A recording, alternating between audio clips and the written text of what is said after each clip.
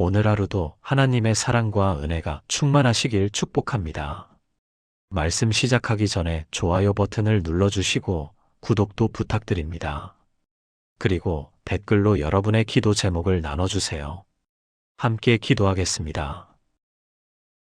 성경에서 3일이 등장하는 횟수를 아십니까? 무려 67번입니다. 요나가 물고기 뱃속에 있었던 시간 3일. 예수님께서 무덤에 계셨던 시간 3일. 에스더가 금식했던 기간 3일. 우연이 아닙니다. 하나님께서 회복과 부활의 역사를 이루시는 시간이 바로 3일입니다. 혹시 여러분은 이런 생각 해보신 적 있으신가요? 말씀을 읽어도 내 삶은 변하지 않는데, 묵상을 해도 여전히 답답한데, 하나님의 음성이 들리지 않는데, 정말 그렇습니까? 아니면 우리가 하나님의 시간표를 모르고 있는 것일까요? 오늘 여러분께 놀라운 이야기를 하나 들려드리겠습니다. 부산에 사시는 이명자 집사님의 이야기입니다. 65세의 이 집사님은 40년 신앙생활을 하셨지만 최근 2년간 극심한 영적 침체를 겪으셨습니다. 남편의 사업 실패, 아들의 실직, 딸의 이혼, 연달아 닥친 가정의 위기 앞에서 기도도, 찬양도, 말씀도 마음에 닿지 않았습니다. 그저 교회에 나가는 것조차 힘겨운 날들이었지요. 그런데 어느 날 새벽 목사님께서 특별한 권유를 하셨습니다. 집사님, 단 3일만 시편 23편을 묵상해 보세요. 반신반의하는 마음으로 시작한 말씀 묵상. 그런데 놀라운 일이 일어났습니다. 3일 후, 이 집사님의 얼굴에서 2년 만에 진짜 평안이 찾아왔습니다. 상황은 하나도 변하지 않았는데 말입니다. 무엇이 달라진 걸까요? 왜 하필 3일이었을까요? 오늘 여러분과 함께 이 놀라운 비밀을 풀어가려고 합니다. 말씀 묵상 3일이 가져오는 7가지 회복의 역사. 지금부터 시작합니다. 첫 번째 3일, 하나님의 부활 공식. 먼저 우리가 알아야 할 것이 있습니다. 성경에서 3일은 단순한 시간이 아닙니다. 하나님께서 죽음을 생명으로, 절망을 희망으로 바꾸시는 하나님만의 시간표입니다. 창세기 22장을 보십시오. 아브라함이 이삭을 바치러 모리아 산으로 올라갈 때 걸린 시간이 3일이었습니다. 사흘째 되는 날에 아브라함이 눈을 들어 그곳을 멀리 바라본지라. 이것은 단순한 여행 시간이 아니었습니다. 아브라함에게는 죽음과도 같은 고통의 시간이었지요. 그러나 바로 그 3일 후 하나님은 대신 죽을 순양을 예비하셨습니다. 절망이 희망으로 바뀌는 순간이었습니다. 출애굽기 19장을 보십시오.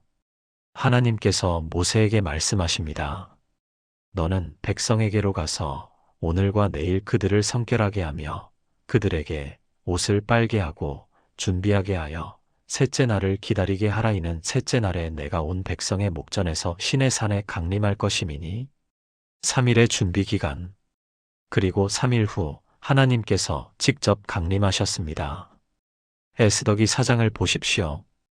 에스더가 왕 앞에 나아가기 전 금식한 기간이 3일이었습니다.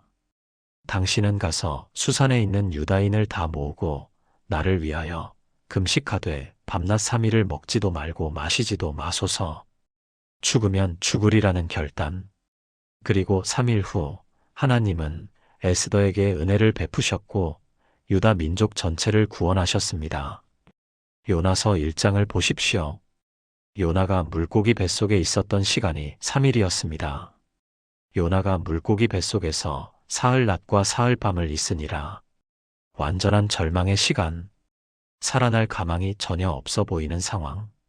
그러나 3일 후 하나님은 요나를 육지로 토해내게 하셨습니다. 죽음에서 생명으로의 회복이었습니다. 그리고 가장 중요한 사건, 마태복음 12장 40절입니다. 요나가 밤낮 사흘 동안 큰 물고기 뱃속에 있었던 것 같이 인자도 밤낮 사흘 동안 땅 속에 있으리라. 예수님께서 십자가에 달려 죽으신 후 무덤에 계셨던 시간이 3일이었습니다. 그리고 3일 후 부활하셨습니다. 죽음을 이기신 것입니다. 이것이 무엇을 의미합니까? 3일은 하나님께서 일하시는 특별한 시간이라는 것입니다. 인간의 논리로는 이해할 수 없는 하나님만의 공식입니다.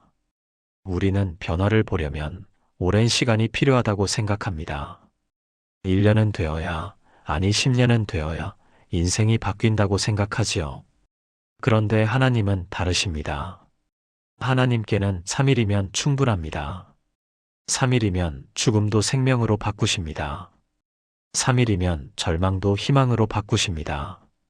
3일이면 포기도 새 시작으로 바꾸십니다. 여러분께 묻고 싶습니다. 지금 여러분의 삶에 변화가 일어나지 않는다고 느끼십니까? 아무리 기도해도, 아무리 말씀을 읽어도 달라지는 게 없다고 생각하십니까? 혹시 하나님의 시간표를 기다리지 못하고 있는 것은 아닐까요?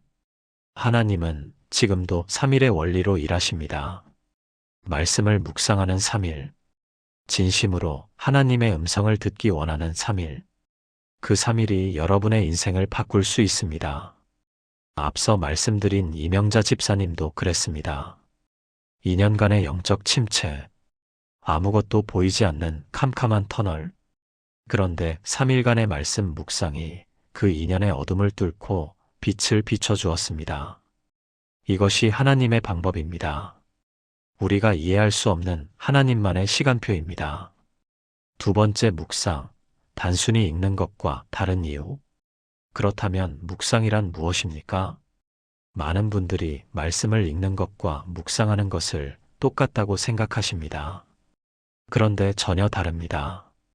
시편 1편 2절을 보십시오. 오직 여호와의 율법을 즐거워하여 그의 율법을 주야로 묵상하는도다. 여기서 묵상하다는 히브리어로 하가입니다. 이 단어의 원래 뜻이 무엇인지 아십니까? 되새김질하다입니다. 소가 풀을 먹고 또 먹고 계속 씹는 것처럼 말씀을 반복해서 되새기는 것입니다. 단순히 글자를 읽고 지나가는 것이 아닙니다. 그 말씀을 마음에 새기고 생각하고 적용하고 기도하는 것입니다. 여호수아 1장 8절을 보십시오. 이 율법책을 내 입에서 떠나지 말게 하며 주야로 그것을 묵상하여 그 안에 기록된 대로 다 지켜 행하라. 그리하면 내 길이 평탄하게 될 것이며 내가 형통하리라. 묵상은 입에서 떠나지 말게 하는 것입니다. 계속 중얼거리며 되새기는 것입니다. 마음속으로만 생각하는 것이 아니라 입으로 고백하고 선포하는 것입니다. 인천에 사시는 박영희 권사님의 이야기를 들려드리겠습니다. 70세의 박 권사님은 평생 성경을 읽으셨습니다. 1년에 성경을 2번씩 통독하시는 분이셨지요. 그런데 이상하게도 말씀이 삶으로 연결되지 않았습니다. 성경은 많이 아는데 실제 삶에서는 여전히 불안하고 두려웠습니다. 그러던 어느 날 새로 부임하신 목사님께서 말씀하셨습니다. 권사님, 이제는 읽지 마시고 묵상하세요. 처음에는 무슨 말인지 이해가 되지 않았습니다. 그런데 목사님께서 구체적으로 알려주셨습니다. 하루에 한 구절만 선택하세요. 그리고 그 구절을 아침에 10번, 낮에 10번, 저녁에 10번 소리내어 읽으세요. 읽을 때마다 이 말씀이 나에게 무엇을 말하는가 물으세요. 박 권사님은 시편 46편 1절을 선택하셨습니다. 하나님은 우리의 피난처시요 힘이시니 환난 중에 만날 큰 도움이시라. 첫째 날 아침 10번을 읽었습니다. 그런데 신기하게도 읽을 때마다 다르게 들렸습니다. 하나님은 우리의 피난처시요. 아, 하나님이 내 피난처구나. 하나님은 우리의 피난처시요 힘이시니 힘도 주시는구나. 환난 중에 만날 큰 도움이시라. 지금 이 환난 중에도 하나님이 도우시는구나. 낮에 또 10번을 읽었습니다. 이번에는 눈물이 났습니다. 환난 중에 만날 큰 도움이시라. 지금 자신이 겪고 있는 환난이 떠올랐기 때문입니다. 저녁에 또 10번을 읽었습니다. 이번에는 평안이 왔습니다. 큰 도움이시라. 하나님이 반드시 도우실 것이라는 확신이 생겼습니다. 3일을 그렇게 묵상했습니다. 같은 구절을 90번 읽은 것입니다. 그런데 놀라운 변화가 일어났습니다. 그 말씀이 박 권사님의 일부가 되어버린 것입니다. 아침에 눈을 뜨면 자연스럽게 그 말씀이 떠올랐습니다. 불안한 일이 생기면 자동으로 그 말씀이 속삭였습니다. 하나님은 우리의 피난처시요 힘이시니 말씀이 살아 역사하기 시작한 것입니다. 이것이 묵상의 능력입니다. 히브리서 4장 12절이 이렇게 말씀합니다. 하나님의 말씀은 살아있고 활력이 있어 좌우의 날선 어떤 검보다도 예리하여 혼과 영과 및 관절과 골수를 찔러 쪼개기까지 하며 또 마음의 생각과 뜻을 판단하나니 살아있는 말씀, 활력이 있는 말씀. 그런데 이 말씀이 우리 안에서 살아 역사하려면 묵상이 필요합니다. 단순히 읽고 지나가면 그냥 글자로 남습니다. 그러나 묵상하면 그 말씀이 우리 영혼 깊숙이 들어와 생명이 됩니다. 여러분은 어떻게 말씀을 대하고 계십니까? 빨리빨리 읽고 지나가십니까? 아니면 한 구절 한 구절 되새기며 묵상하십니까? 오늘부터라도 바꿔보시길 권합니다. 많이 읽으려고 하지 마세요.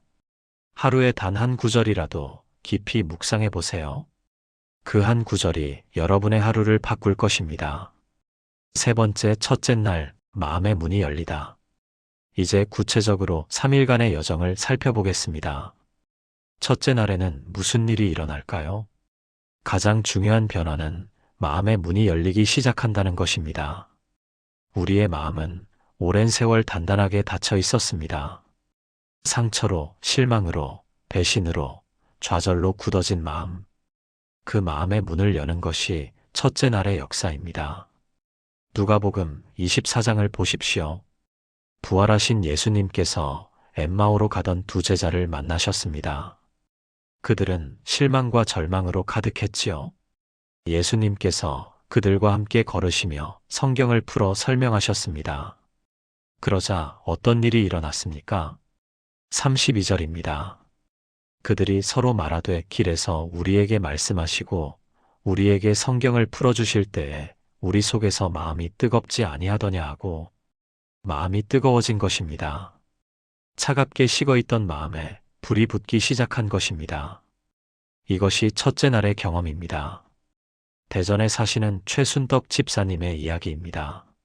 58세의 최 집사님은 남편의 외도로 극심한 배신감과 분노에 사로잡혀 있었습니다. 교회는 나갔지만 예배가 예배 같지 않았습니다. 찬양을 불러도 기도를 해도 마음이 텅 비어 있는 것 같았지요. 그러던 중 여름 수련회에서 목사님께서 3일 말씀 묵상을 권하셨습니다.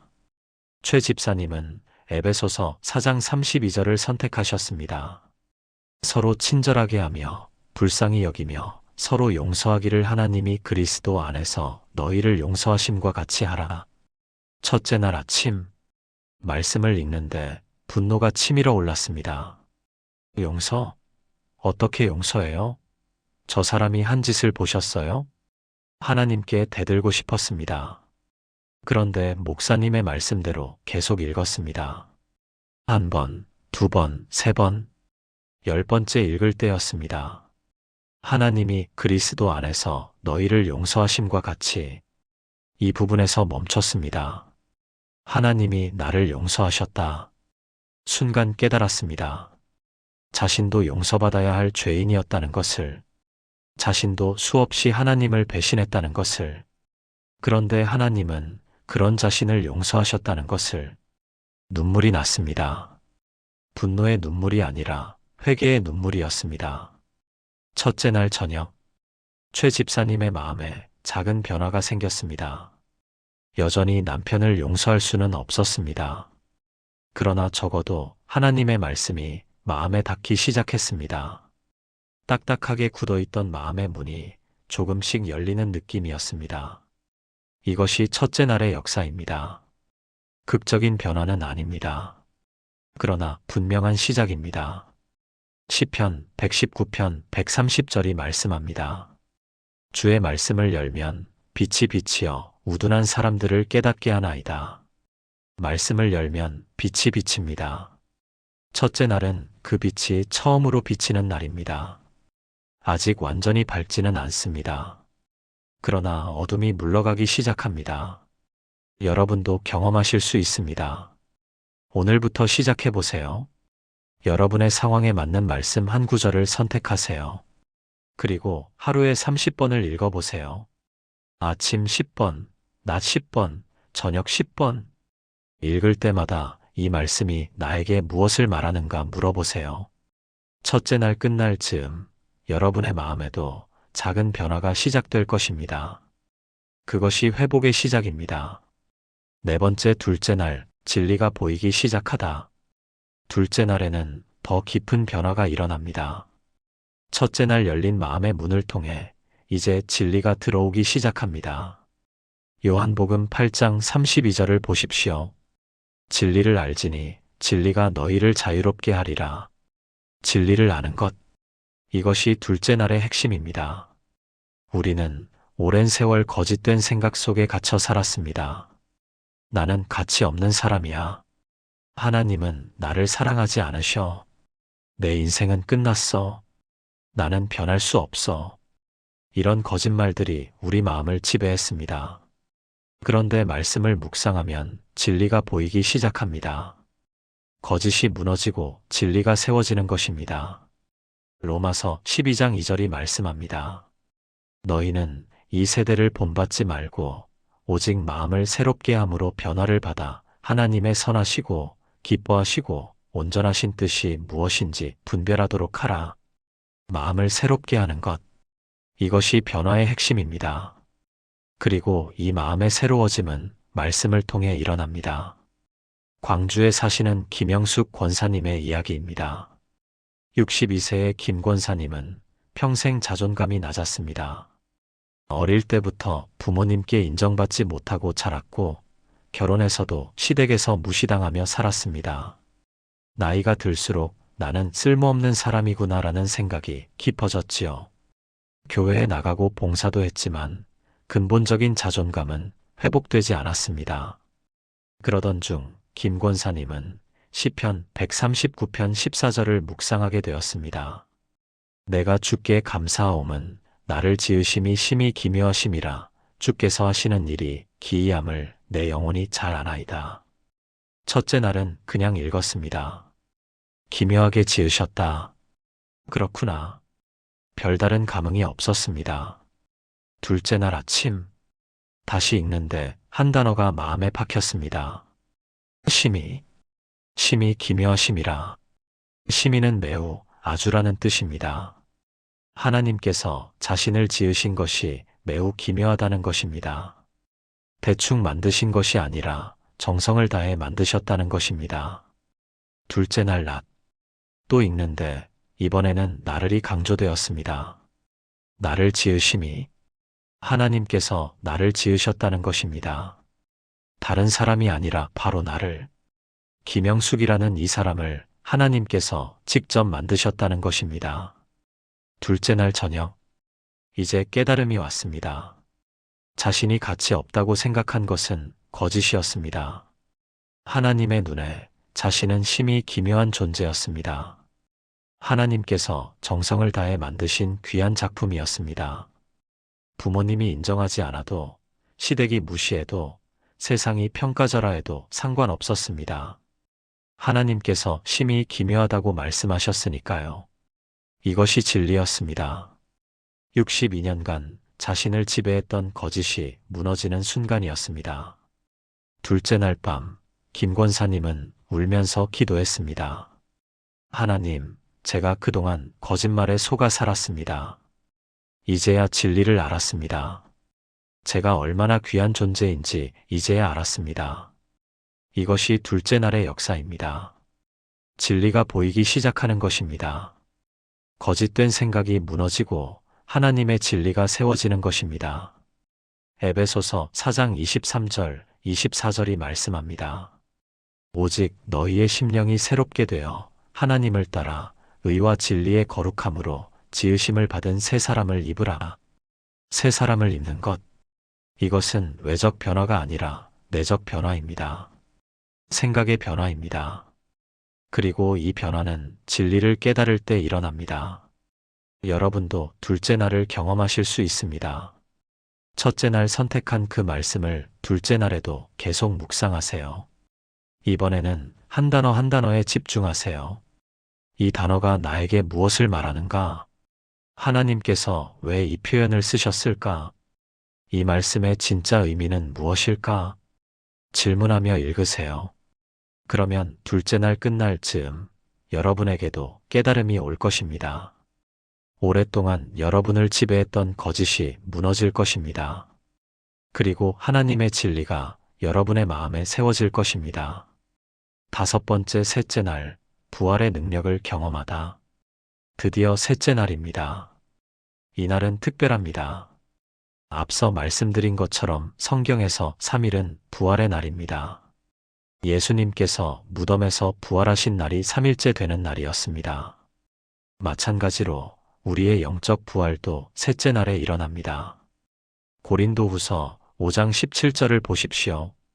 그런즉 누구든지 그리스도 안에 있으면 새로운 피조물이라 이전 것은 지나갔으니 보라 새 것이 되었도다. 새로운 피조물. 이것이 셋째 날의 경험입니다. 첫째 날 마음의 문이 열렸습니다. 둘째 날 진리가 보였습니다. 그리고 셋째 날 그 진리가 우리의 일부가 됩니다. 알미 삶이 되는 것입니다. 서울에 사시는 정밀한 집사님의 이야기입니다. 55세의 정 집사님은 20년간 불안장애로 고통받았습니다. 항상 최악의 상황을 상상했고 작은 일에도 극도로 긴장했습니다. 약을 먹어도 상담을 받아도 근본적인 해결은 되지 않았지요. 정 집사님은 빌립보서 4장 6, 7절을 묵상하기 시작했습니다. 아무것도 염려하지 말고 다만 모든 일에 기도와 간구로 너희 구할 것을 감사함으로 하나님께 아뢰라. 그리하면 모든 지각에 뛰어난 하나님의 평강이 그리스도 예수 안에서 너희 마음과 생각을 지키시리라. 첫째 날 말씀을 읽으며 그래, 염려하지 말아야지 생각했습니다. 하지만 여전히 불안했습니다. 둘째 날 모든 지각에 뛰어난 하나님의 평강이라는 표현에 마음이 갔습니다. 지각에 뛰어나다. 인간의 이해를 초월한다는 뜻입니다. 아, 내가 이해할 수 없어도 하나님의 평강은 임할 수 있구나. 셋째 날 아침이었습니다. 정 집사님은 평소처럼 새벽에 불안한 마음으로 깼습니다. 오늘 아들이 면접인데 떨어지면 어쩌지? 그때였습니다. 저절로 말씀이 나왔습니다. 아무것도 염려하지 말고. 입에서 자동으로 말씀이 흘러나왔습니다. 3일간 묵상한 그 말씀이 이제 자신의 일부가 되어버린 것입니다. 정 집사님은 무릎을 꿇었습니다. 하나님, 아들의 면접을 감사함으로 아뢰옵니다. 결과가 어떻든 하나님께서 가장 좋은 길로 인도하실 것을 믿습니다. 그 순간 놀라운 일이 일어났습니다. 평강이 임한 것입니다. 20년간 경험해 본 적 없는 깊은 평안이 마음에 찾아왔습니다. 상황은 하나도 변하지 않았습니다. 아들은 여전히 면접을 보러 가야 했고 결과는 알 수 없었습니다. 그런데 정 집사님의 마음이 변한 것입니다. 불안이 평강으로 바뀐 것입니다. 이것이 셋째 날의 역사입니다. 부활의 능력입니다. 죽어있던 것이 살아나는 것입니다. 없던 것이 생기는 것입니다. 불가능했던 것이 가능해지는 것입니다. 로마서 6장 4절이 말씀합니다. 그러므로 우리가 그의 죽으심과 합하여 세례를 받음으로 그와 함께 장사되었나니 이는 아버지의 영광으로 말미암아 그리스도를 죽은 자 가운데서 살리심과 같이 우리로 또한 새 생명 가운데서 행하게 하려 함이라. 새 생명 가운데 행하는 것. 이것이 부활입니다. 예전의 방식대로 살지 않는 것입니다. 새로운 방식으로 사는 것입니다. 셋째 날이 되면 이것이 가능해집니다. 말씀이 지식에서 생명이 됩니다. 이론에서 실제가 됩니다. 머리에서 가슴으로, 가슴에서 발로 내려갑니다. 대구에 사시는 한 집사님도 비슷한 경험을 하셨습니다. 68세 남성 집사님이셨는데 평생 화를 참지 못하는 성격으로 가족들에게 상처를 주셨습니다. 야고보서 1장 19절, 20절을 묵상하셨습니다. 내 사랑하는 형제들아, 너희가 알지니 사람마다 듣기는 속히 하고 말하기는 더디하며 성내기도 더디하라. 사람이 성내는 것이 하나님의 의를 이루지 못함이라. 3일간 묵상한 후 놀라운 변화가 있었습니다. 평소 같으면 폭발했을 상황에서 자동으로 입을 다물게 된 것입니다. 화가 치밀어 오를 때 저절로 말씀이 떠올랐습니다. 말하기는 더디하며 성내기도 더디하라. 그리고 실제로 참을 수 있었습니다. 40년간 고치지 못한 성격이 변하기 시작한 것입니다. 이것이 부활의 능력입니다. 여러분도 셋째 날을 경험하실 수 있습니다. 포기하지 마세요. 첫째 날 조금 변화가 있고, 둘째 날 조금 더 깨닫고, 그것으로 끝이 아닙니다. 셋째 날을 기다리세요. 셋째 날에 진짜 기적이 일어납니다. 말씀이 여러분의 일부가 됩니다. 여러분의 생각이, 말이, 행동이 변합니다. 이것이 하나님께서 3일의 원리로 일하시는 이유입니다. 6번째 말씀 묵상. 이렇게 실천하세요. 지금까지 3일의 원리를 살펴보았습니다. 이제 구체적으로 어떻게 실천할지 알려드리겠습니다. 에스라 7장 10절을 보십시오. 에스라가 여호와의 율법을 연구하여 준행하며 율례와 규례를 이스라엘에게 가르치기로 결심하였었더라. 세 가지 단계가 보이십니까? 연구하고 준행하고 가르치는 것입니다. 묵상도 마찬가지입니다. 단계적으로 접근해야 합니다. 첫 번째 단계입니다. 말씀을 선택하세요. 너무 긴 말씀은 피하세요. 한두 절 정도가 적당합니다.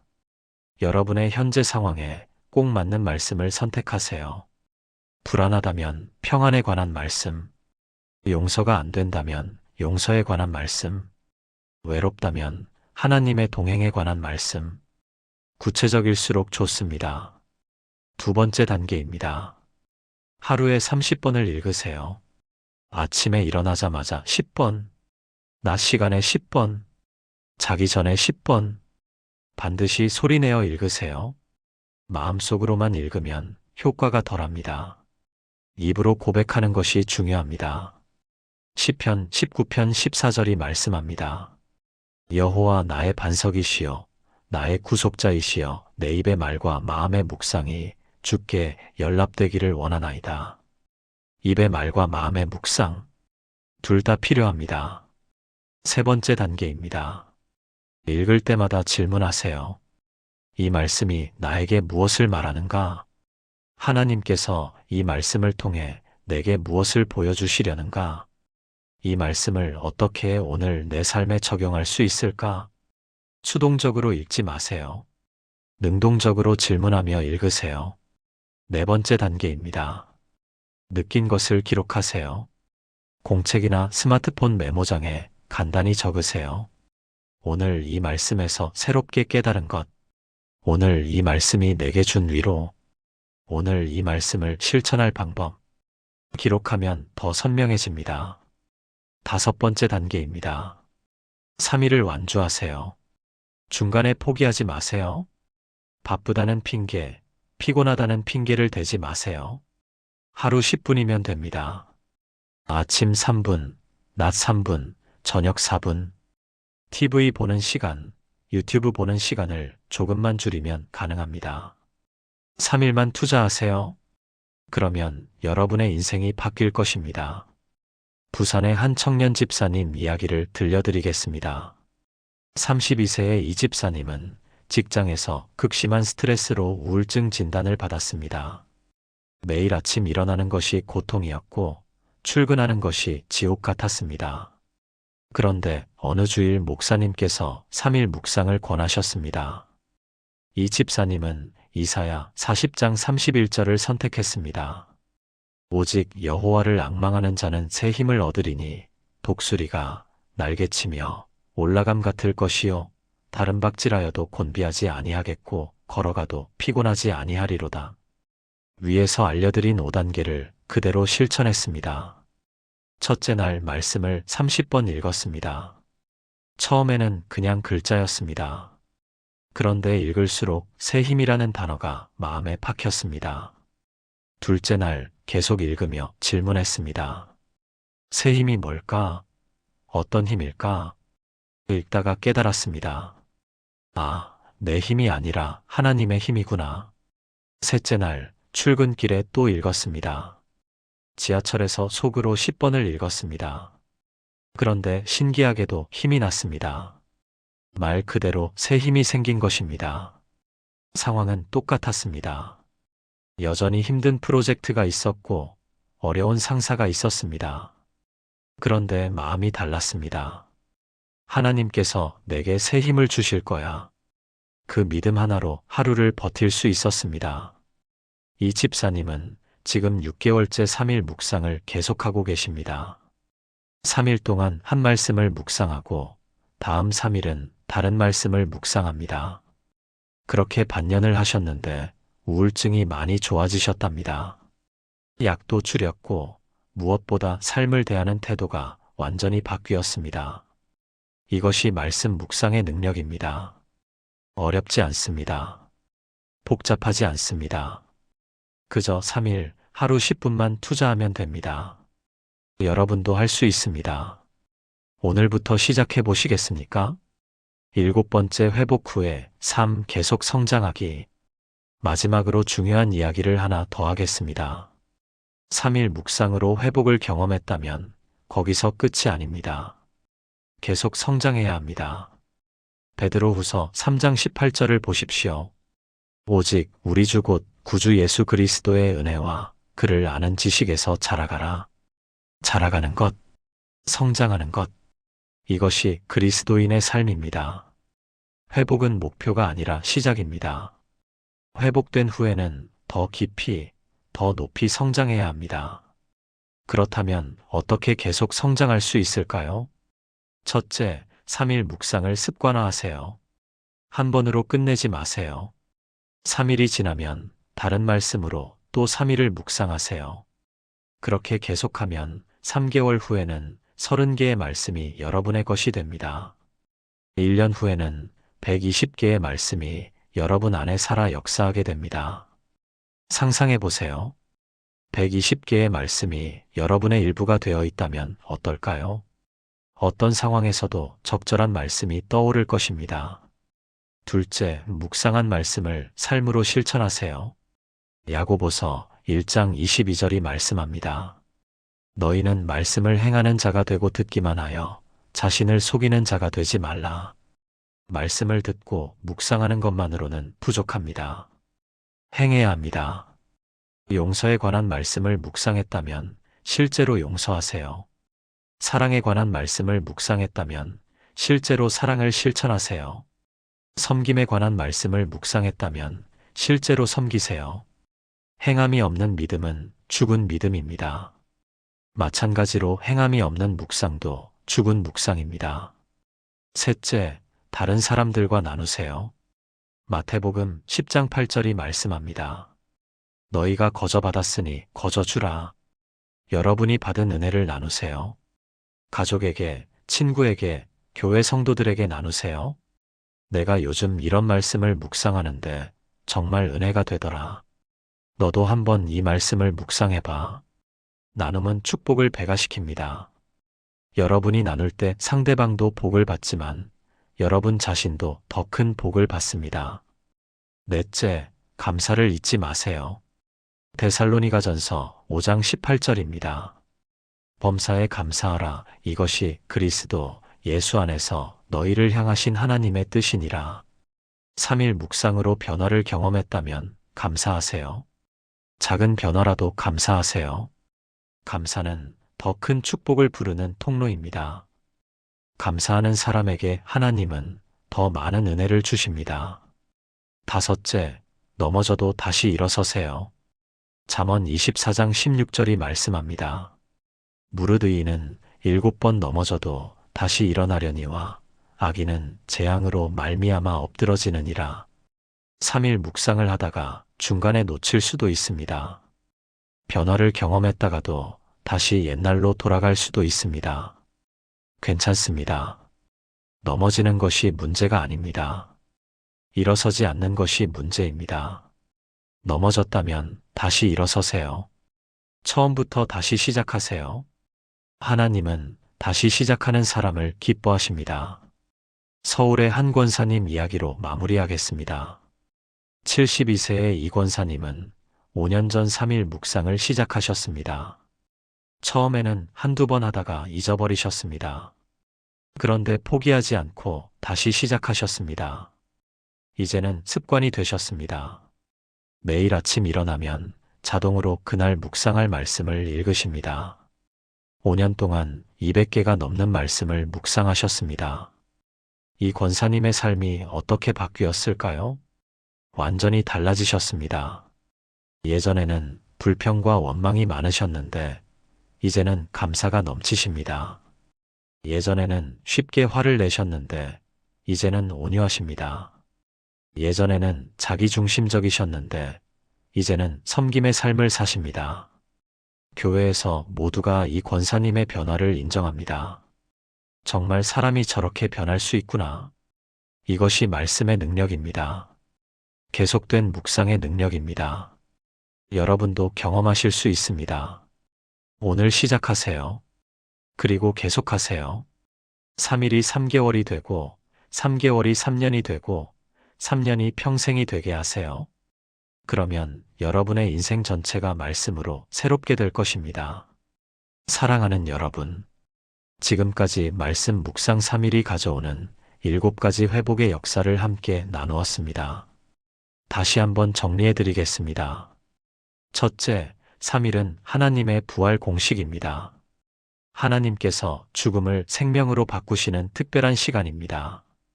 둘째, 묵상은 단순히 읽는 것과 다릅니다. 되새김질하듯 반복하며 마음에 새기는 것입니다. 셋째, 첫째 날에는 마음의 문이 열립니다. 딱딱하게 굳어있던 마음이 부드러워지기 시작합니다. 넷째, 둘째 날에는 진리가 보입니다. 거짓된 생각이 무너지고 하나님의 진리가 세워집니다. 다섯째, 셋째 날에는 부활의 능력을 경험합니다. 말씀이 지식에서 생명이 되어 실제 삶의 변화가 일어납니다. 여섯째, 실천 방법이 있습니다. 말씀 선택하고 하루 30번 읽고 질문하고 기록하고 3일 완주하는 것입니다. 일곱째, 회복 후에도 계속 성장해야 합니다. 습관화하고 실천하고 나누고 감사하고 다시 일어서는 것입니다. 이 7가지가 여러분의 삶을 변화시킬 것입니다. 여러분께 묻고 싶습니다. 지금 여러분의 삶에 회복이 필요하신가요? 영적으로 메마른 상태이신가요? 말씀이 마음에 닿지 않으신가요? 그렇다면 오늘부터 시작해 보세요. 단 3일만 투자해 보세요. 하루 10분만 투자해 보세요. 하나님께서 놀라운 회복의 역사를 보여주실 것입니다. 3일 후 여러분의 삶이 달라져 있을 것입니다. 믿으시나요? 성경에서 3일이 등장하는 횟수를 아십니까? 무려 67번입니다. 요나가 물고기 뱃속에 있었던 시간 3일. 예수님께서 무덤에 계셨던 시간 3일. 에스더가 금식했던 기간 3일. 우연이 아닙니다. 하나님께서 회복과 부활의 역사를 이루시는 시간이 바로 3일입니다. 혹시 여러분은 이런 생각 해보신 적 있으신가요? 말씀을 읽어도 내 삶은 변하지 않는데, 묵상을 해도 여전히 답답한데, 하나님의 음성이 들리지 않는데, 정말 그렇습니까? 아니면 우리가 하나님의 시간표를 모르고 있는 것일까요? 오늘 여러분께 놀라운 이야기를 하나 들려드리겠습니다. 부산에 사시는 이명자 집사님의 이야기입니다. 65세의 이 집사님은 40년 신앙생활을 하셨지만 최근 2년간 극심한 영적 침체를 겪으셨습니다. 남편의 사업 실패, 아들의 실직, 딸의 이혼, 연달아 닥친 가정의 위기 앞에서 기도도, 찬양도, 말씀도 마음에 닿지 않았습니다. 그저 교회에 나가는 것조차 힘겨운 날들이었지요. 그런데 어느 날 새벽 목사님께서 특별한 권유를 하셨습니다. 집사님, 단 3일만 시편 23편을 묵상해 보세요. 반신반의하는 마음으로 시작한 말씀 묵상. 그런데 놀라운 일이 일어났습니다. 3일 후, 이 집사님의 얼굴에서 2년 만에 진짜 평안이 찾아왔습니다. 상황은 하나도 변하지 않았는데 말입니다. 무엇이 달라진 걸까요?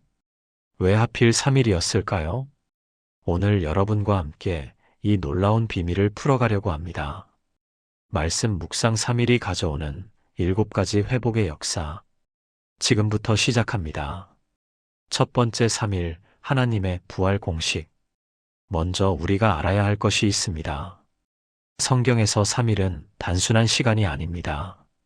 하나님께서 죽음을 생명으로, 절망을 희망으로 바꾸시는 하나님만의 시간표입니다. 창세기 22장을 보십시오. 아브라함이 이삭을 바치러 모리아 산으로 올라갈 때 걸린 시간이 3일이었습니다. 사흘째 되는 날에 아브라함이 눈을 들어 그곳을 멀리 바라본지라. 이것은 단순한 여행 시간이 아니었습니다. 아브라함에게는 죽음과도 같은 고통의 시간이었지요. 그러나 바로 그 3일 후 하나님은 대신 죽을 순양을 예비하셨습니다. 절망이 희망으로 바뀌는 순간이었습니다. 출애굽기 19장을 보십시오. 하나님께서 모세에게 말씀하십니다. 너는 백성에게로 가서 오늘과 내일 그들을 성결하게 하며 그들에게 옷을 빨게 하고 준비하게 하여 셋째 날을 기다리게 하라. 이는 셋째 날에 내가 온 백성의 목전에서 시내 산에 강림할 것임이니 3일의 준비 기간. 그리고 3일 후 하나님께서 직접 강림하셨습니다.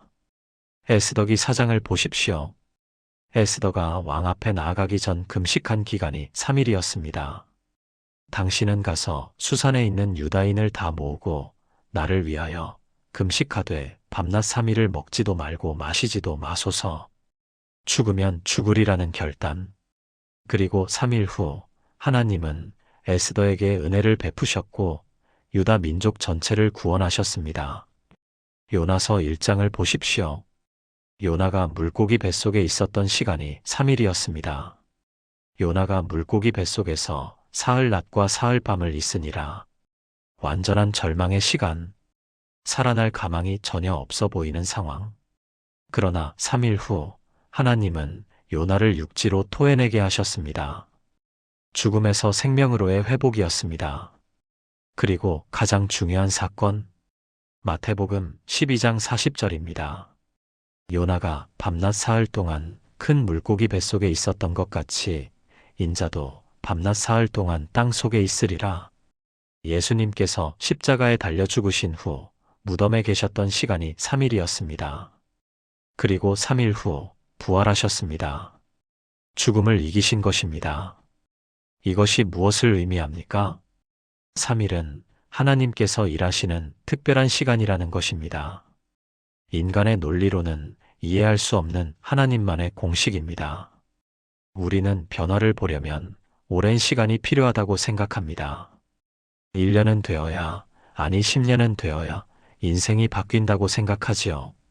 그런데 하나님은 다르십니다. 하나님께는 3일이면 충분합니다. 3일이면 죽음도 생명으로 바꾸십니다. 3일이면 절망도 희망으로 바꾸십니다.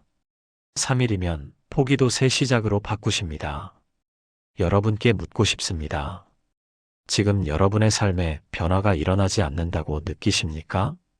아무리 기도해도, 아무리 말씀을 읽어도 달라지는 게 없다고 생각하십니까? 혹시 하나님의 시간표를 기다리지 못하고 있는 것은 아닐까요? 하나님은 지금도 3일의 원리로 일하십니다. 말씀을 묵상하는 3일, 진심으로 하나님의 음성을 듣기 원하는 3일, 그 3일이 여러분의 인생을 바꿀 수 있습니다. 앞서 말씀드린 이명자 집사님도 그랬습니다. 2년간의 영적 침체, 아무것도 보이지 않는 캄캄한 터널. 그런데 3일간의 말씀 묵상이 그 2년의 어둠을 뚫고 빛을 비춰주었습니다. 이것이 하나님의 방법입니다. 우리가 이해할 수 없는 하나님만의 시간표입니다. 두 번째 묵상, 단순히 읽는 것과 다른 이유. 그렇다면 묵상이란 무엇입니까? 많은 분들이 말씀을 읽는 것과 묵상하는 것을 똑같다고 생각하십니다. 그런데 전혀 다릅니다. 시편 1편 2절을 보십시오. 오직 여호와의 율법을 즐거워하여 그의 율법을 주야로 묵상하는도다. 여기서 묵상하다는 히브리어로 하가입니다. 이 단어의 원래 뜻이 무엇인지 아십니까? 되새김질하다입니다. 소가 풀을 먹고 또 먹고 계속 씹는 것처럼 말씀을 반복해서 되새기는 것입니다. 단순히 글자를 읽고 지나가는 것이 아닙니다. 그 말씀을 마음에 새기고 생각하고 적용하고 기도하는 것입니다. 여호수아 1장 8절을 보십시오. 이 율법책을 내 입에서 떠나지 말게 하며 주야로 그것을 묵상하여 그 안에 기록된 대로 다 지켜 행하라. 그리하면 내 길이 평탄하게 될 것이며 내가 형통하리라. 묵상은 입에서 떠나지 말게 하는 것입니다. 계속 중얼거리며 되새기는 것입니다. 마음속으로만 생각하는 것이 아니라 입으로 고백하고 선포하는 것입니다. 인천에 사시는 박영희 권사님의 이야기를 들려드리겠습니다. 70세의 박 권사님은 평생 성경을 읽으셨습니다. 1년에 성경을 2번씩 통독하시는 분이셨지요. 그런데 이상하게도 말씀이 삶으로 연결되지 않았습니다. 성경은 많이 아는데 실제 삶에서는 여전히 불안하고 두려웠습니다. 그러던 어느 날 새로 부임하신 목사님께서 말씀하셨습니다. 권사님, 이제는 읽지 마시고 묵상하세요. 처음에는 무슨 말인지 이해가 되지 않았습니다. 그런데 목사님께서 구체적으로 알려주셨습니다. 하루에 한 구절만 선택하세요. 그리고 그 구절을 아침에 10번, 낮에 10번, 저녁에 10번 소리내어 읽으세요. 읽을 때마다 이 말씀이 나에게 무엇을 말하는가 물으세요. 박 권사님은 시편 46편 1절을 선택하셨습니다. 하나님은 우리의 피난처시요 힘이시니 환난 중에 만날 큰 도움이시라. 첫째 날 아침 10번을 읽었습니다. 그런데 신기하게도 읽을 때마다 다르게 들렸습니다. 하나님은 우리의 피난처시요. 아, 하나님이 내 피난처구나. 하나님은 우리의 피난처시요 힘이시니 힘도 주시는구나. 환난 중에 만날 큰 도움이시라. 지금 이 환난 중에도 하나님이 도우시는구나. 낮에 또 10번을 읽었습니다. 이번에는 눈물이 났습니다. 환난 중에 만날 큰 도움이시라. 지금 자신이 겪고 있는 환난이 떠올랐기 때문입니다. 저녁에 또 10번을 읽었습니다. 이번에는 평안이 왔습니다. 큰 도움이시라. 하나님이 반드시 도우실 것이라는 확신이 생겼습니다. 3일을 그렇게 묵상했습니다. 같은 구절을 90번 읽은 것입니다. 그런데 놀라운 변화가 일어났습니다. 그 말씀이 박 권사님의 일부가 되어버린 것입니다. 아침에 눈을 뜨면 자연스럽게 그 말씀이 떠올랐습니다. 불안한 일이 생기면 자동으로 그 말씀이 속삭였습니다. 하나님은 우리의 피난처시요 힘이시니 말씀이 살아 역사하기 시작한 것입니다. 이것이 묵상의 능력입니다. 히브리서 4장 12절이 이렇게 말씀합니다. 하나님의 말씀은 살아있고 활력이 있어 좌우의 날선 어떤 검보다도 예리하여 혼과 영과 및 관절과 골수를 찔러 쪼개기까지 하며 또 마음의 생각과 뜻을 판단하나니. 살아있는 말씀, 활력이 있는 말씀. 그런데 이 말씀이 우리 안에서 살아 역사하려면 묵상이 필요합니다. 단순히 읽고 지나가면 그냥 글자로 남습니다. 그러나 묵상하면 그 말씀이 우리 영혼 깊숙이 들어와 생명이 됩니다. 여러분은 어떻게 말씀을 대하고 계십니까? 빨리빨리 읽고 지나가십니까? 아니면 한 구절 한 구절 되새기며 묵상하십니까? 오늘부터라도 바꿔보시길 권합니다. 많이 읽으려고 하지 마세요. 하루에 단 한 구절이라도 깊이 묵상해 보세요. 그 한 구절이 여러분의 하루를 바꿀 것입니다. 세 번째, 첫째 날, 마음의 문이 열리다. 이제 구체적으로 3일간의 여정을 살펴보겠습니다. 첫째 날에는 무슨 일이 일어날까요? 가장 중요한 변화는 마음의 문이 열리기 시작한다는 것입니다. 우리의 마음은 오랜 세월 단단하게 닫혀 있었습니다. 상처로, 실망으로, 배신으로, 좌절로 굳어진 마음. 그 마음의 문을 여는 것이 첫째 날의 역사입니다. 누가복음 24장을 보십시오. 부활하신 예수님께서 엠마오로 가던 두 제자를 만나셨습니다. 그들은 실망과 절망으로 가득했지요. 예수님께서 그들과 함께 걸으시며 성경을 풀어 설명하셨습니다. 그러자 어떤 일이 일어났습니까? 32절입니다. 그들이 서로 말하되 길에서 우리에게 말씀하시고 우리에게 성경을 풀어주실 때에 우리 속에서 마음이 뜨겁지 아니하더냐 하고 마음이 뜨거워진 것입니다. 차갑게 식어있던 마음에 불이 붙기 시작한 것입니다. 이것이 첫째 날의 경험입니다. 대전에 사시는 최순덕 집사님의 이야기입니다. 58세의 최 집사님은 남편의 외도로 극심한 배신감과 분노에 사로잡혀 있었습니다. 교회는 나갔지만 예배가 예배 같지 않았습니다. 찬양을 불러도 기도를 해도 마음이 텅 비어 있는 것 같았지요. 그러던 중 여름 수련회에서 목사님께서 3일 말씀 묵상을 권하셨습니다. 최 집사님은 에베소서 4장 32절을 선택하셨습니다. 서로 친절하게 하며 불쌍히 여기며 서로 용서하기를 하나님이 그리스도 안에서 너희를 용서하심과 같이 하라. 첫째 날 아침 말씀을 읽는데 분노가 치밀어 올랐습니다. 용서? 어떻게 용서해요? 저 사람이 한 짓을 보셨어요? 하나님께 대들고 싶었습니다.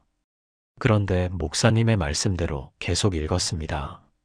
한 번, 두 번, 세 번, 10번째 읽을 때였습니다. 하나님이 그리스도 안에서 너희를 용서하심과 같이 이 부분에서 멈췄습니다. 하나님이 나를 용서하셨다.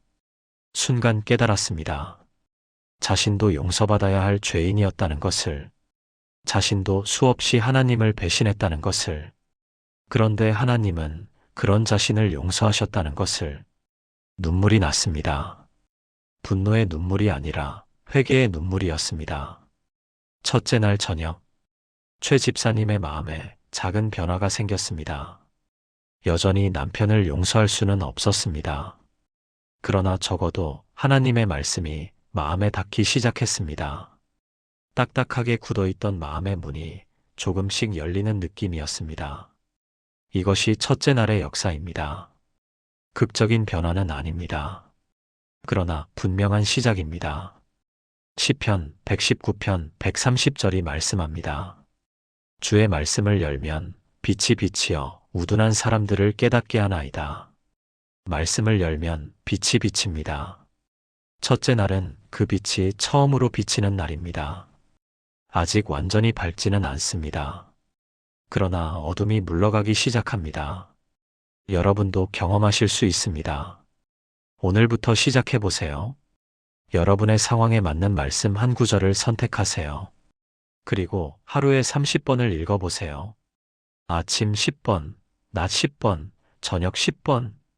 읽을 때마다 이 말씀이 나에게 무엇을 말하는가 물어보세요. 첫째 날 끝날 즈음 여러분의 마음에도 작은 변화가 시작될 것입니다. 그것이 회복의 시작입니다. 넷째 번째, 둘째 날, 진리가 보이기 시작하다. 둘째 날에는 더 깊은 변화가 일어납니다. 첫째 날 열린 마음의 문을 통해 이제 진리가 들어오기 시작합니다. 요한복음 8장 32절을 보십시오. 진리를 알지니 진리가 너희를 자유롭게 하리라. 진리를 아는 것. 이것이 둘째 날의 핵심입니다. 우리는 오랜 세월 거짓된 생각 속에 갇혀 살았습니다. 나는 가치 없는 사람이야. 하나님은 나를 사랑하지 않으셔. 내 인생은 끝났어. 나는 변할 수 없어. 이런 거짓말들이 우리 마음을 지배했습니다. 그런데 말씀을 묵상하면 진리가 보이기 시작합니다. 거짓이 무너지고 진리가 세워지는 것입니다. 로마서 12장 2절이 말씀합니다. 너희는 이 세대를 본받지 말고 오직 마음을 새롭게 함으로 변화를 받아 하나님의 선하시고 기뻐하시고 온전하신 뜻이 무엇인지 분별하도록 하라. 마음을 새롭게 하는 것. 이것이 변화의 핵심입니다. 그리고 이 마음의 새로워짐은 말씀을 통해 일어납니다. 광주에 사시는 김영숙 권사님의 이야기입니다. 62세의 김 권사님은 평생 자존감이 낮았습니다. 어릴 때부터 부모님께 인정받지 못하고 자랐고 결혼해서도 시댁에서 무시당하며 살았습니다.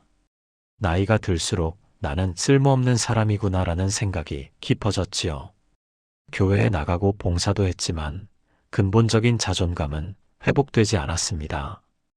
그러던 중 김 권사님은 시편 139편 14절을 묵상하게 되었습니다. 내가 주께 감사하옴은 나를 지으심이 심히 기묘하심이라 주께서 하시는 일이 기이함을 내 영혼이 잘 아나이다. 첫째 날은 그냥 읽었습니다.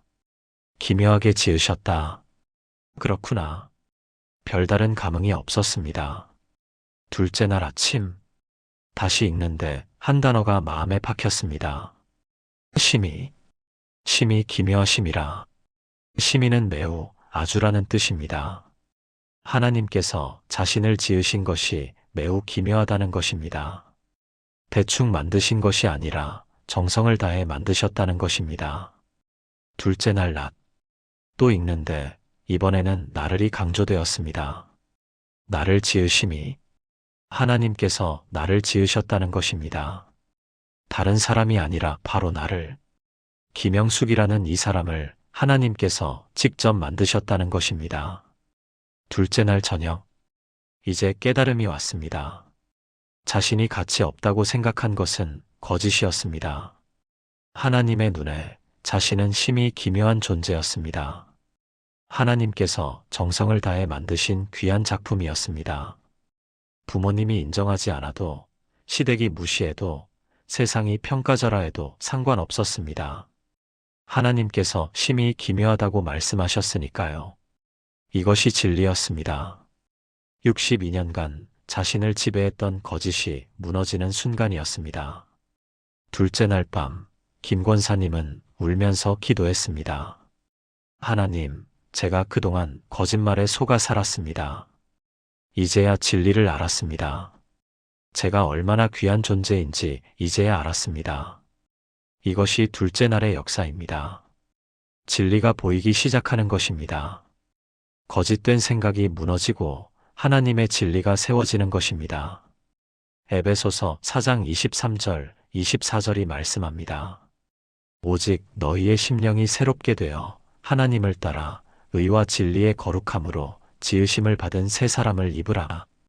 새 사람을 입는 것.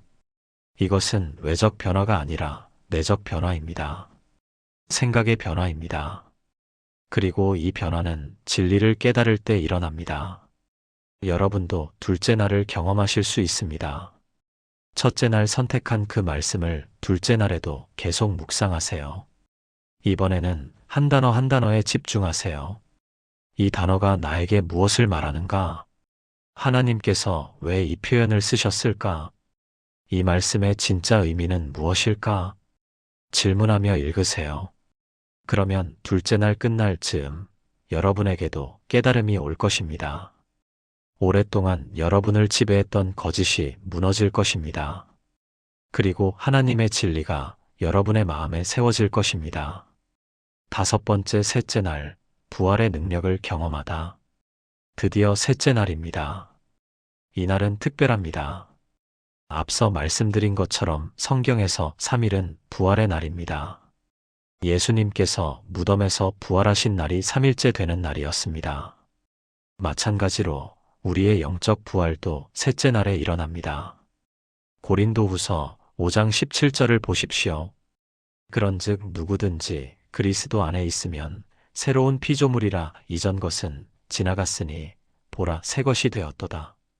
새로운 피조물. 이것이 셋째 날의 경험입니다. 첫째 날 마음의 문이 열렸습니다. 둘째 날 진리가 보였습니다. 그리고 셋째 날 그 진리가 우리의 일부가 됩니다. 삶이 삶이 되는 것입니다. 서울에 사시는 정밀한 집사님의 이야기입니다. 55세의 정 집사님은 20년간 불안장애로 고통받았습니다. 항상 최악의 상황을 상상했고 작은 일에도 극도로 긴장했습니다. 약을 먹어도 상담을 받아도 근본적인 해결은 되지 않았지요. 정 집사님은 빌립보서 4장 6, 7절을 묵상하기 시작했습니다.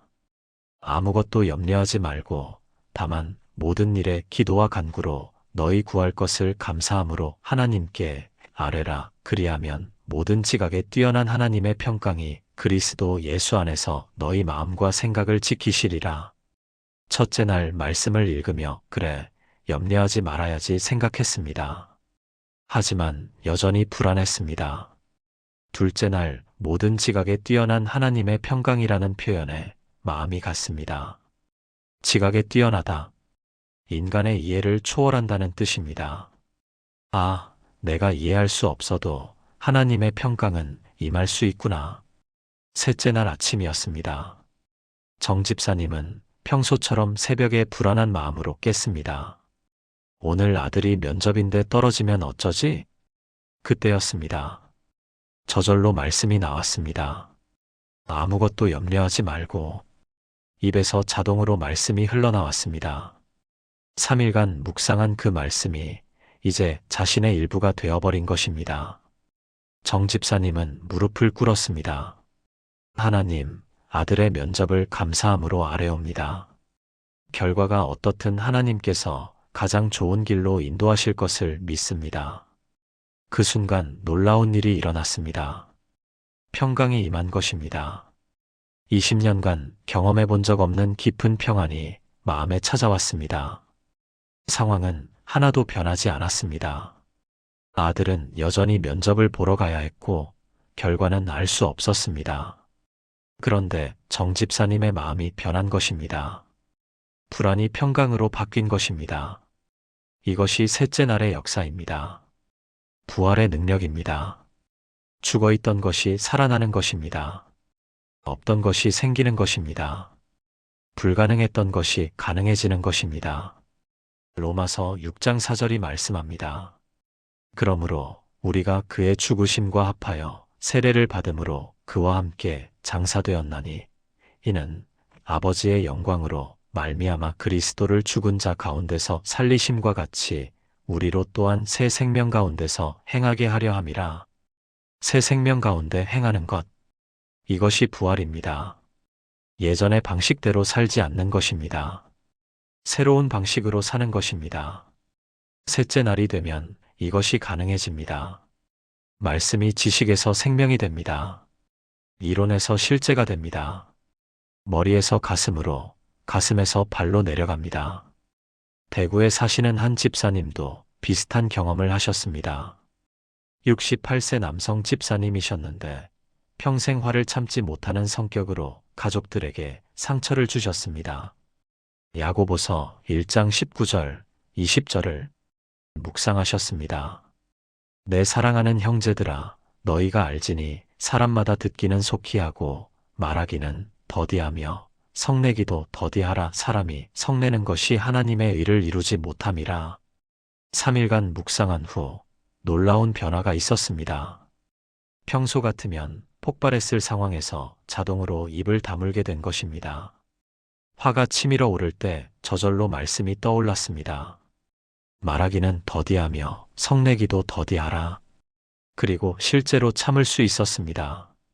40년간 고치지 못한 성격이 변하기 시작한 것입니다. 이것이 부활의 능력입니다. 여러분도 셋째 날을 경험하실 수 있습니다. 포기하지 마세요.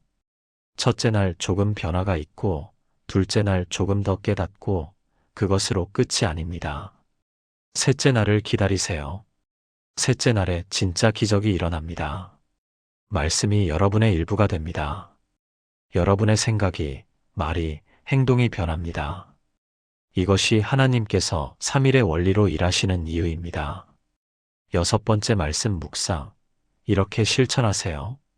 지금까지 3일의 원리를 살펴보았습니다. 이제 구체적으로 어떻게 실천할지 알려드리겠습니다. 에스라 7장 10절을 보십시오. 에스라가 여호와의 율법을 연구하여 준행하며 율례와 규례를 이스라엘에게 가르치기로 결심하였었더라. 세 가지 단계가 보이십니까? 연구하고 준행하고 가르치는 것입니다. 묵상도 마찬가지입니다. 단계적으로 접근해야 합니다. 첫 번째 단계입니다. 말씀을 선택하세요. 너무 긴 말씀은 피하세요. 한두 절 정도가 적당합니다. 여러분의 현재 상황에 꼭 맞는 말씀을 선택하세요. 불안하다면 평안에 관한 말씀, 용서가 안 된다면 용서에 관한 말씀, 외롭다면 하나님의 동행에 관한 말씀, 구체적일수록 좋습니다. 두 번째 단계입니다. 하루에 30번을 읽으세요. 아침에 일어나자마자 10번, 낮 시간에 10번, 자기 전에 10번, 반드시 소리내어 읽으세요. 마음속으로만 읽으면 효과가 덜합니다. 입으로 고백하는 것이 중요합니다. 시편 19편 14절이 말씀합니다. 여호와 나의 반석이시여 나의 구속자이시여 내 입의 말과 마음의 묵상이 주께 연락되기를 원하나이다. 입의 말과 마음의 묵상 둘 다 필요합니다. 세 번째 단계입니다. 읽을 때마다 질문하세요. 이 말씀이 나에게 무엇을 말하는가? 하나님께서 이 말씀을 통해 내게 무엇을 보여주시려는가? 이 말씀을 어떻게 오늘 내 삶에 적용할 수 있을까?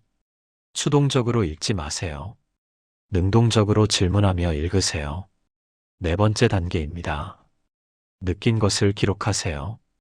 공책이나 스마트폰 메모장에 간단히 적으세요. 오늘 이 말씀에서 새롭게 깨달은 것, 오늘 이 말씀이 내게 준 위로, 오늘 이 말씀을 실천할 방법, 기록하면 더 선명해집니다. 다섯 번째 단계입니다. 3일을 완주하세요. 중간에 포기하지 마세요. 바쁘다는 핑계, 피곤하다는 핑계를 대지 마세요. 하루 10분이면 됩니다. 아침 3분, 낮 3분, 저녁 4분, TV 보는 시간, 유튜브 보는 시간을 조금만 줄이면 가능합니다. 3일만 투자하세요. 그러면 여러분의 인생이 바뀔 것입니다. 부산의 한 청년 집사님 이야기를 들려드리겠습니다. 32세의 이 집사님은 직장에서 극심한 스트레스로 우울증 진단을 받았습니다. 매일 아침 일어나는 것이 고통이었고 출근하는 것이 지옥 같았습니다. 그런데 어느 주일 목사님께서 3일 묵상을 권하셨습니다. 이 집사님은 이사야 40장 31절을 선택했습니다. 오직 여호와를 앙망하는 자는 새 힘을 얻으리니 독수리가 날개치며 올라감 같을 것이요 다른 박질하여도 곤비하지 아니하겠고 걸어가도 피곤하지 아니하리로다. 위에서 알려드린 5단계를 그대로 실천했습니다. 첫째 날 말씀을 30번 읽었습니다. 처음에는 그냥 글자였습니다. 그런데 읽을수록 새 힘이라는 단어가 마음에 박혔습니다. 둘째 날 계속 읽으며 질문했습니다. 새 힘이 뭘까? 어떤 힘일까? 읽다가 깨달았습니다. 아, 내 힘이 아니라 하나님의 힘이구나. 셋째 날 출근길에 또 읽었습니다. 지하철에서 속으로 10번을 읽었습니다. 그런데 신기하게도 힘이 났습니다. 말 그대로 새 힘이 생긴 것입니다.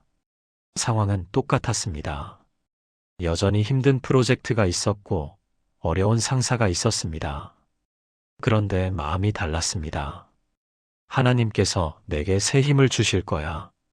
그 믿음 하나로 하루를 버틸 수 있었습니다. 이 집사님은 지금 6개월째 3일 묵상을 계속하고 계십니다. 3일 동안 한 말씀을 묵상하고 다음 3일은 다른 말씀을 묵상합니다. 그렇게 반년을 하셨는데 우울증이 많이 좋아지셨답니다. 약도 줄였고 무엇보다 삶을 대하는 태도가 완전히 바뀌었습니다. 이것이 말씀 묵상의 능력입니다. 어렵지 않습니다. 복잡하지 않습니다. 그저 3일, 하루 10분만 투자하면 됩니다. 여러분도 할 수 있습니다. 오늘부터 시작해 보시겠습니까?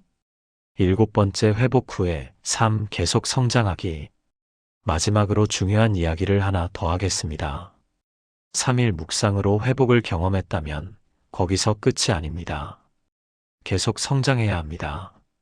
베드로후서 3장 18절을 보십시오.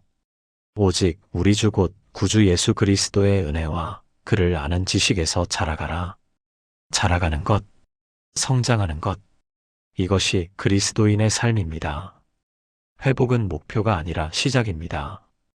회복된 후에는 더 깊이, 더 높이 성장해야 합니다. 그렇다면 어떻게 계속 성장할 수 있을까요? 첫째, 3일 묵상을 습관화하세요. 한 번으로 끝내지 마세요. 3일이 지나면 다른 말씀으로 또 3일을 묵상하세요.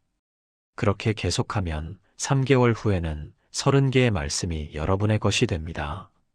1년 후에는 120개의 말씀이 여러분 안에 살아 역사하게 됩니다. 상상해 보세요. 120개의 말씀이 여러분의 일부가 되어 있다면 어떨까요? 어떤 상황에서도 적절한 말씀이 떠오를 것입니다. 둘째, 묵상한 말씀을 삶으로 실천하세요. 야고보서 1장 22절이 말씀합니다.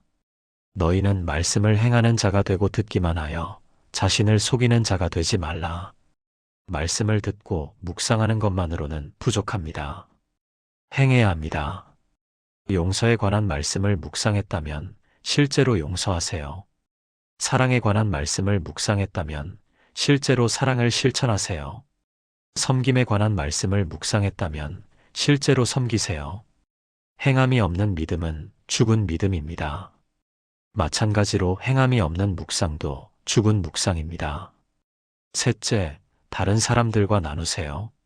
마태복음 10장 8절이 말씀합니다. 너희가 거저 받았으니 거저 주라. 여러분이 받은 은혜를 나누세요. 가족에게, 친구에게, 교회 성도들에게 나누세요. 내가 요즘 이런 말씀을 묵상하는데 정말 은혜가 되더라. 너도 한번 이 말씀을 묵상해봐. 나눔은 축복을 배가시킵니다. 여러분이 나눌 때 상대방도 복을 받지만 여러분 자신도 더 큰 복을 받습니다. 넷째, 감사를 잊지 마세요. 데살로니가전서 5장 18절입니다. 범사에 감사하라. 이것이 그리스도 예수 안에서 너희를 향하신 하나님의 뜻이니라. 3일 묵상으로 변화를 경험했다면 감사하세요. 작은 변화라도 감사하세요. 감사는 더 큰 축복을 부르는 통로입니다. 감사하는 사람에게 하나님은 더 많은 은혜를 주십니다. 다섯째, 넘어져도 다시 일어서세요. 잠언 24장 16절이 말씀합니다. 무릇 의인은 7번 넘어져도 다시 일어나려니와 악인은 재앙으로 말미암아 엎드러지느니라. 3일 묵상을 하다가 중간에 놓칠 수도 있습니다.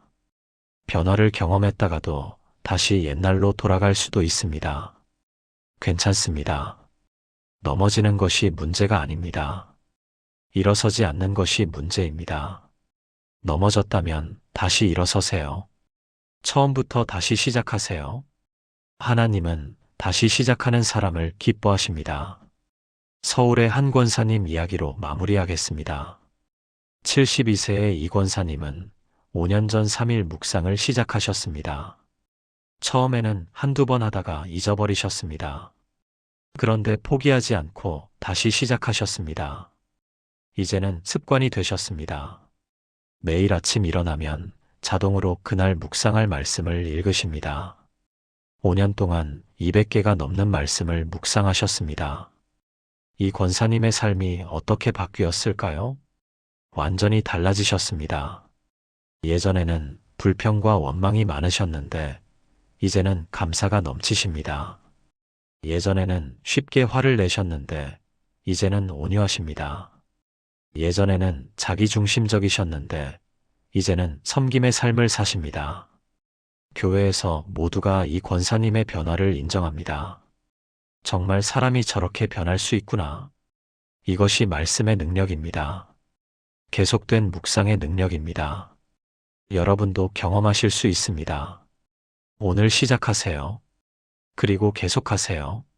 3일이 3개월이 되고 3개월이 3년이 되고 3년이 평생이 되게 하세요.